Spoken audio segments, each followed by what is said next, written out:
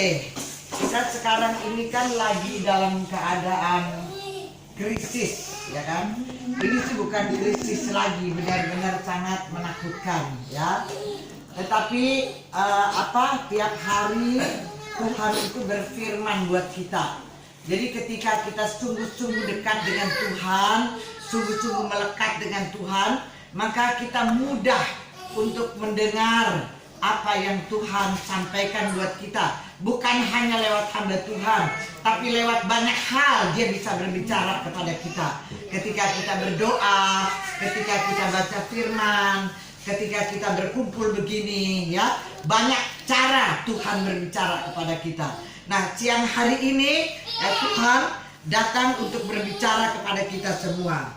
Sebelumnya saya mau kasih lihat dulu 2 Tawarikh, ya. 2 Tawarikh ayat yang ke 12, ya. Saya baca dari ayat 12 sampai dengan ayat 14, ya. Sampai dengan ayat 14. Coba. 2 Tawarikh pasal 7 ayat 12 sampai 14, dengar baik-baik. Kemudian Tuhan menampakkan diri kepada Salomo pada malam hari dan berfirman kepadanya, "Telah kudengar doamu dan telah kupilih tempat ini bagiku sebagai rumah persembahan.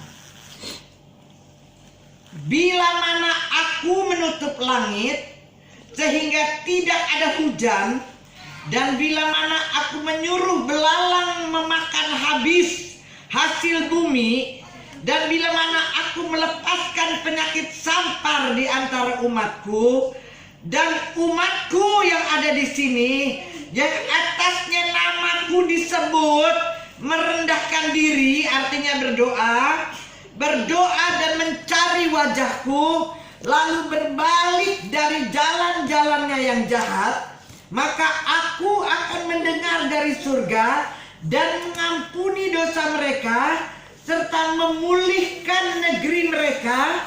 Sekarang mataku terbuka dan telingaku menaruh perhatian pada doa dari tempat ini.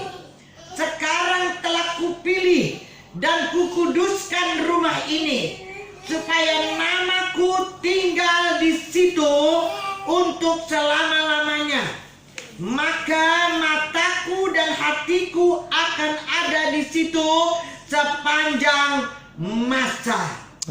Mengenai engkau, jika engkau hidup di hadapanku sama seperti Daud ayahmu dan berbuat sesuai dengan segala yang kuperintahkan kepadamu, dan jika engkau tetap mengikuti segala ketetapan dan peraturanku, ya.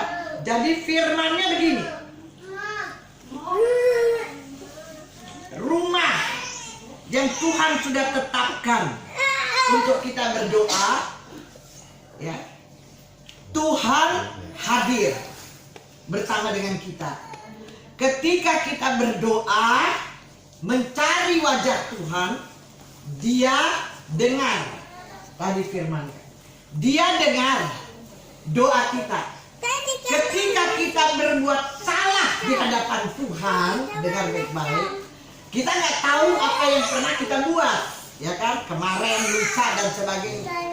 Ketika kita berbuat dosa, Tuhan katakan, kita berseru memanggil namanya sekarang, lalu berbalik dari apa yang tidak berkenan kepada Tuhan, maka Dia mengampuni.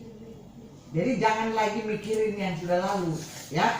Tuhan mengampuni, ya. Jadi sekarang Dia sudah katakan bahwa ketika kita berkumpul, ketika kita berdoa bersama, ketika kita menyadari, menyesali kesalahan-kesalahan kita, Tuhan mendengar dan Tuhan mengampuni. Amin. Ini jelas. Nah, ini yang pertama. Nah, jadi kita harus tahu bahwa kita kumpul bukan hanya sekedar kumpul-kumpul doang, tapi kita kumpul siang hari ini karena kita kepengen dengar pesan Tuhan apa di dalam masa krisis ini, ya kan? Karena apa yang terjadi sekarang ini benar-benar datangnya seizin Tuhan. Ya. Karena coba kita lihat dulu dalam Ulangan 28. Sebelum saya lanjut. Ulangan 28. Ulangan 28. Ya, saya baca ya, dengar baik-baik.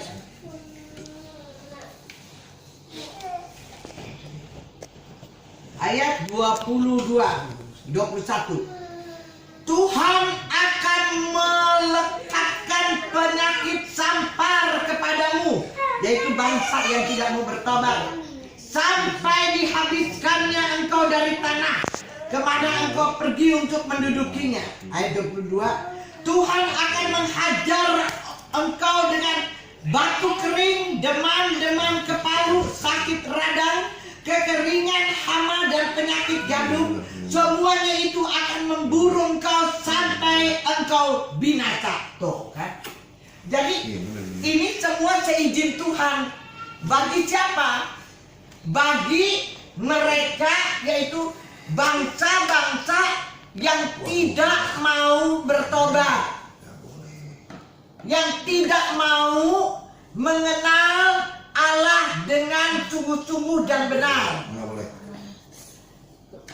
Tetapi Tuhan katakan, sekalipun dia mengizinkan ini terjadi, bayangin Tuhan bikin semua binasa, dia izinin. Ya, sekali lagi saya mau katakan ini seizin Tuhan. Yang kedua, tadi untuk membinasakan orang-orang yang tidak mau mengenal Allah, yang tidak mau berjalan pada kebenaran.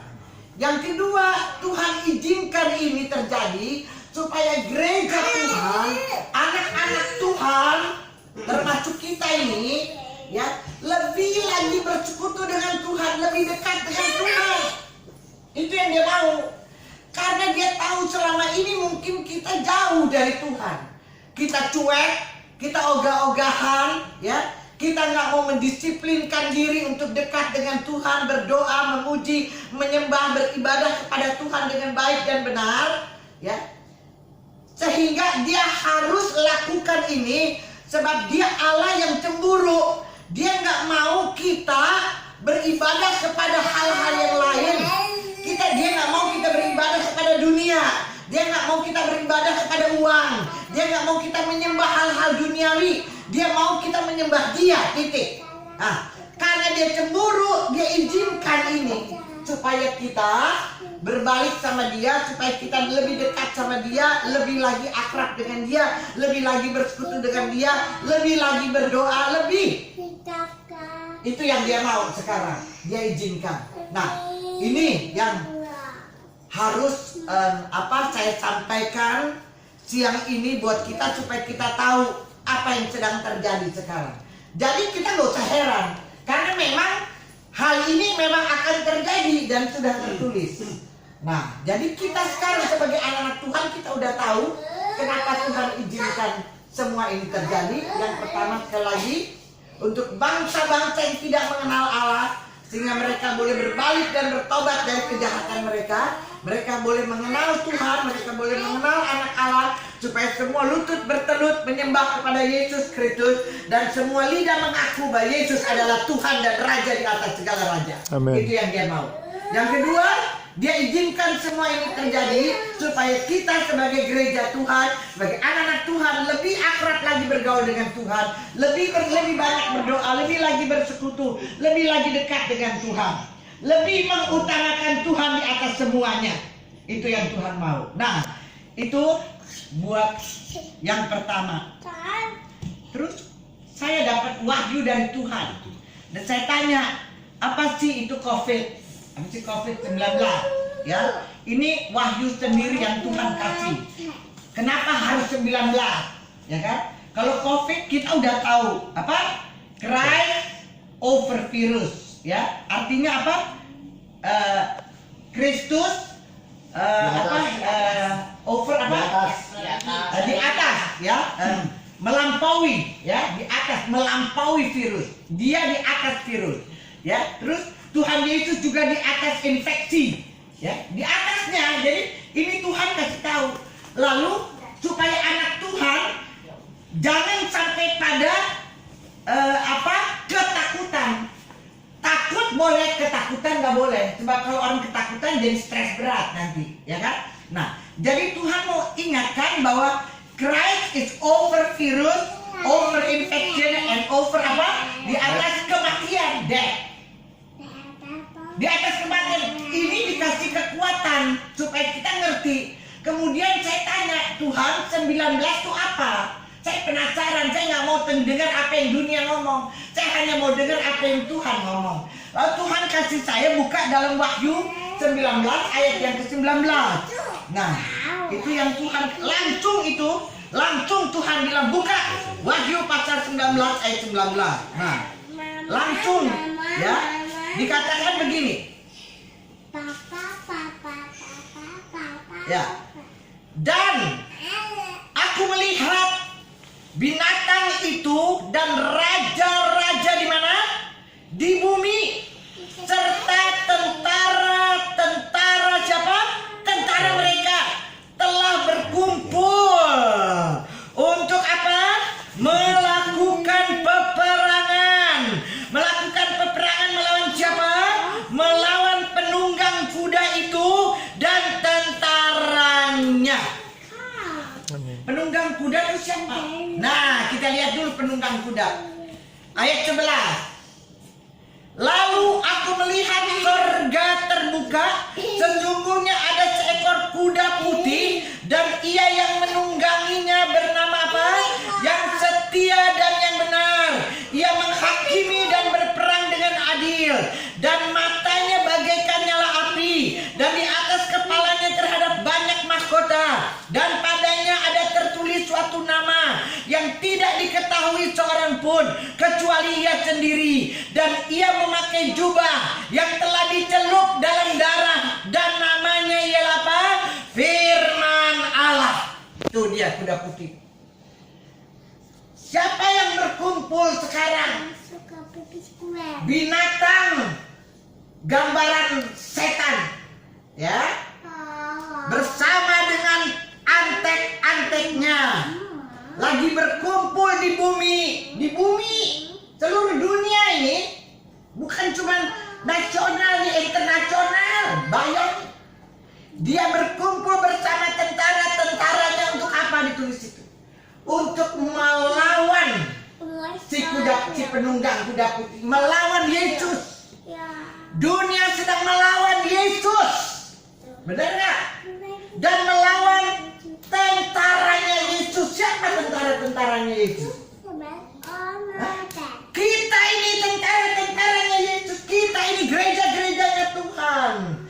Binatang dan raja-rajanya di bumi ini sedang melawan kita. Amin. Dia sedang melawan kita.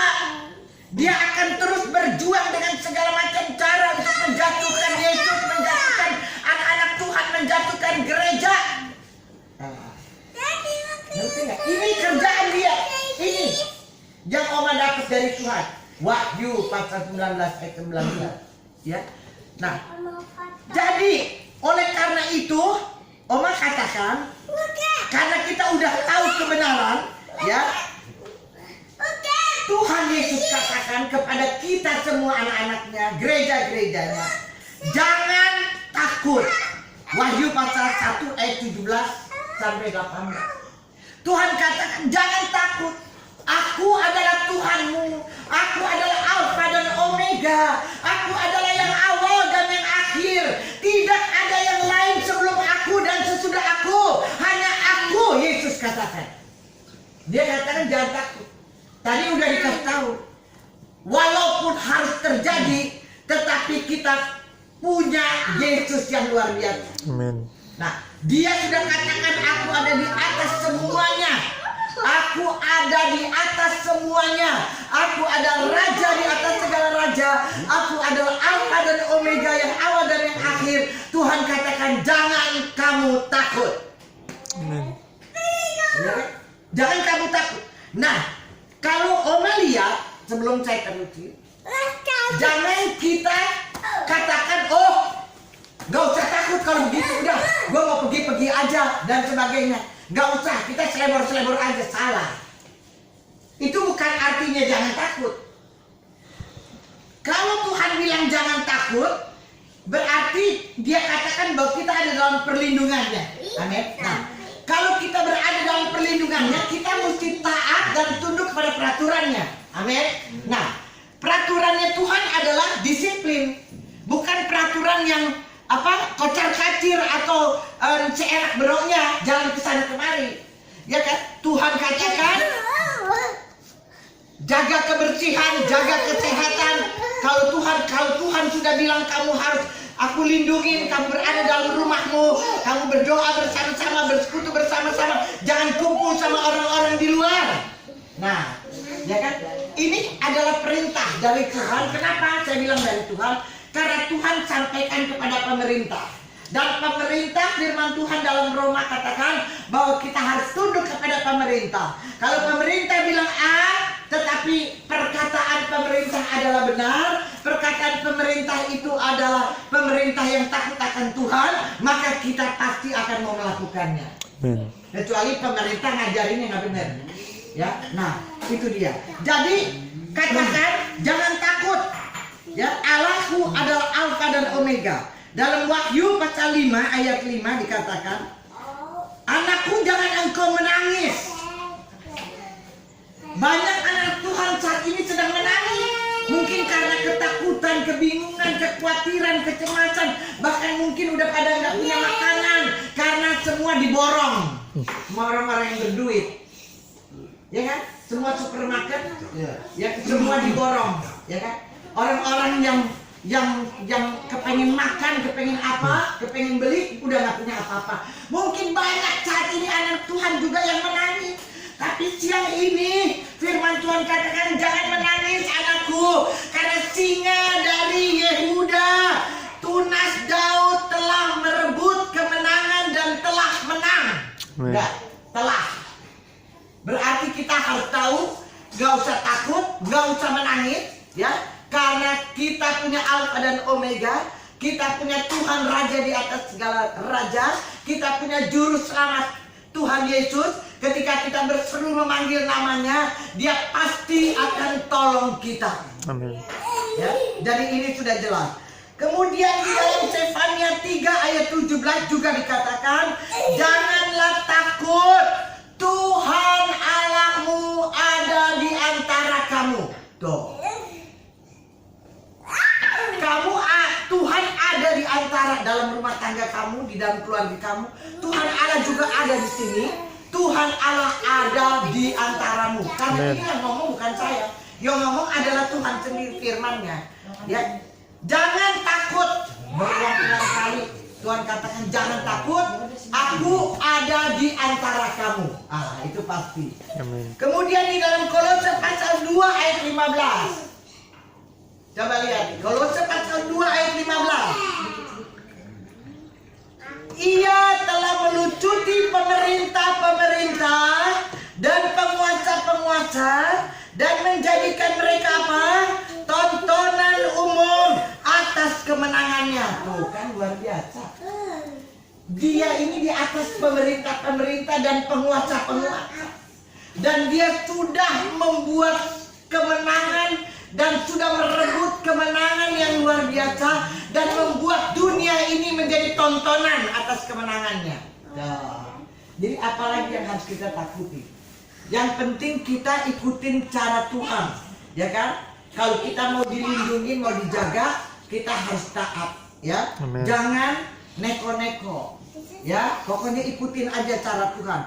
Tadi Oma udah saya bilangin, kita melakukan apa yang kita bisa buat. Saya udah kasih contoh, ya kan?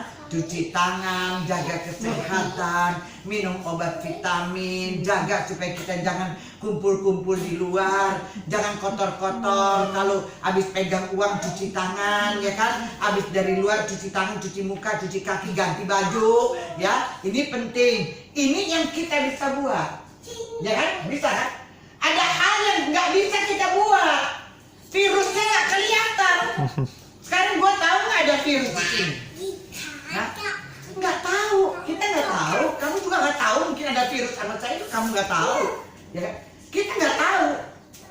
Tapi yang saya bilang, apa yang bisa kita buat, kita lakukan. Apa yang tidak bisa kita buat, kita nggak bisa hancurin virus, kita nggak bisa tahu ada virus apa enggak, kita nggak tahu apa. Tapi itu adalah pekerjaan Tuhan. Ya kan? Kita melakukan apa yang bisa kita buat dan Tuhan melakukan apa yang tidak bisa kita buat. Amin. Amin.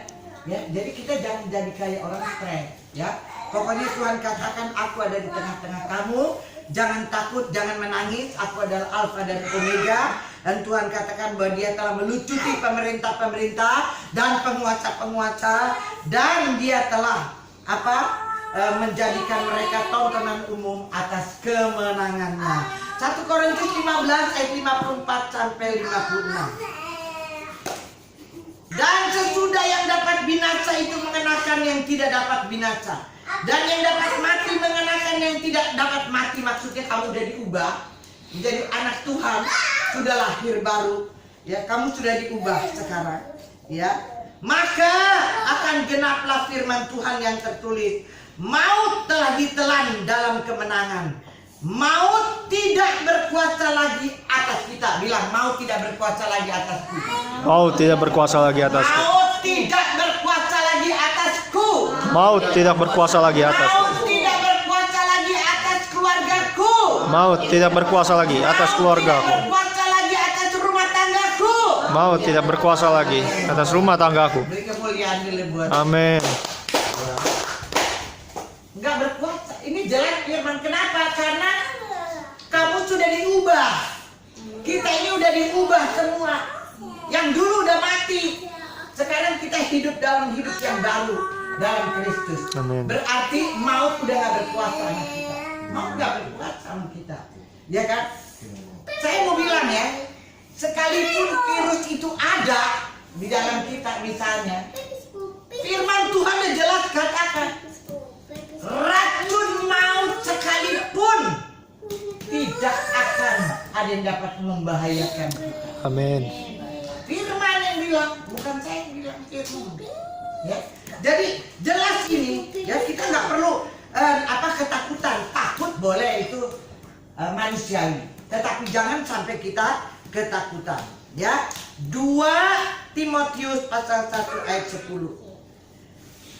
Kita tahu dengan yakin sungguh bahwa Injil Yesus Kristus telah mematahkan kuasa maut. Bilang, Injil Yesus Kristus telah mematahkan kuasa maut. Lagi, Injil Yesus Kristus telah mematahkan kuasa maut.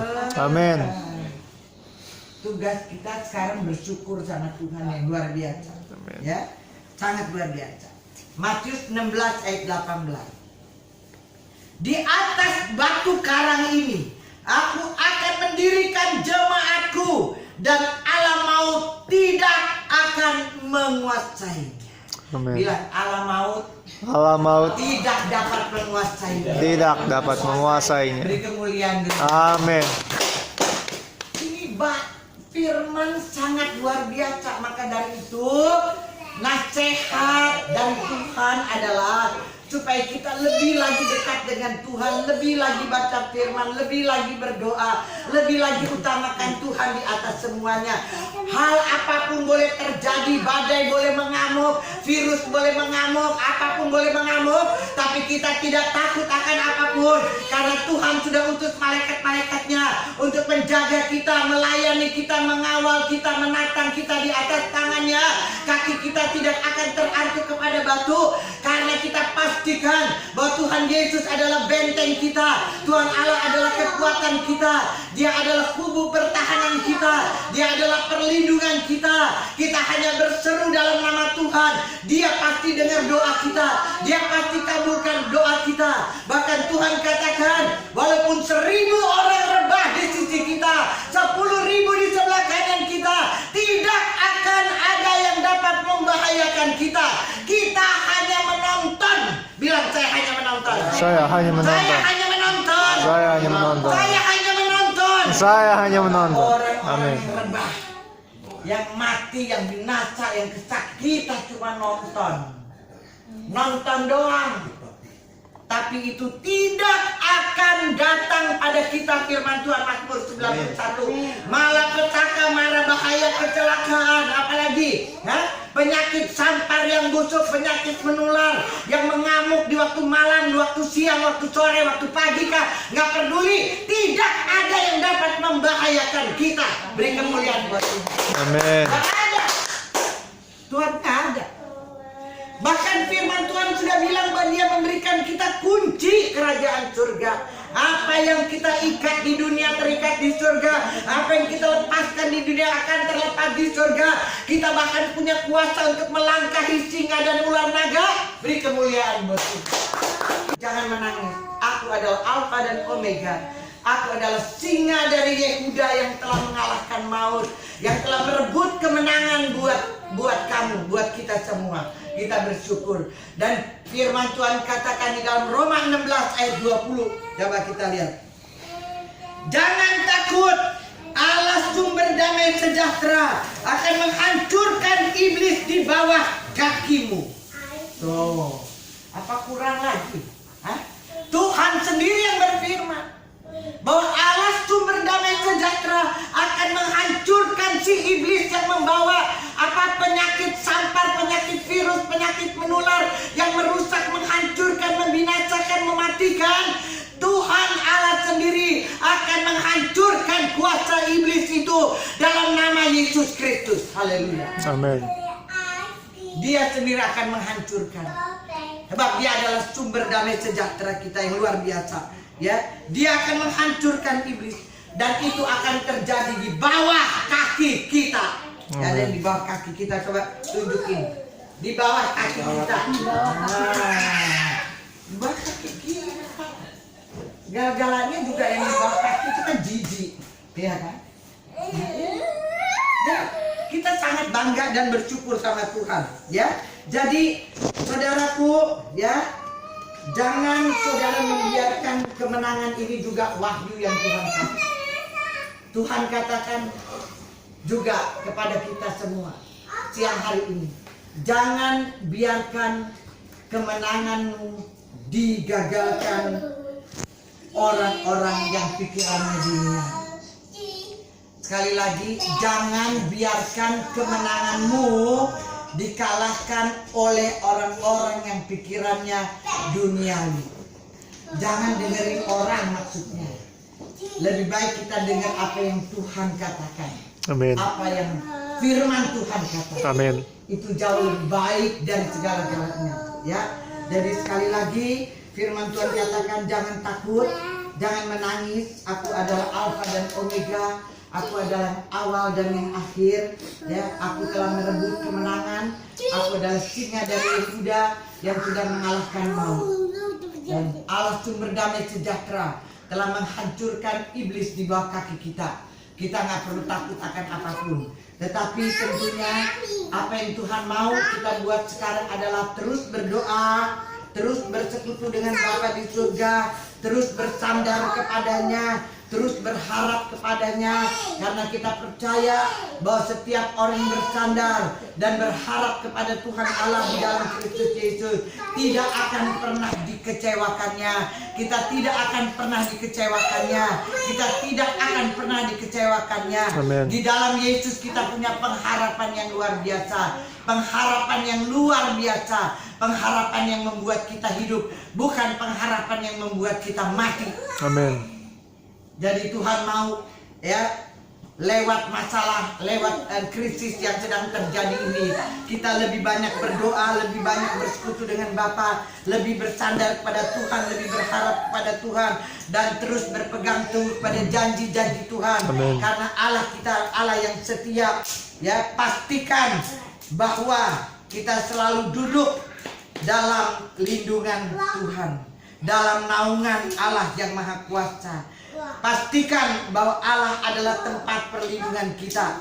Pastikan supaya kita dapat berkata, ya Tuhan, Engkau adalah perlindungan kami, kubu pertahanan kami, Allah yang kami percayai. Amin. Ya, pastikan mulai sekarang bahwa hati kita lebih lagi melekat kepada Tuhan. Amin. Amin. Kita mau lebih lagi melekat kepada Tuhan. Amin. Kita mau sungguh-sungguh melekat kepada Tuhan. Amin. Maka Tuhan akan melepaskan kita dari jerat rangkap burung.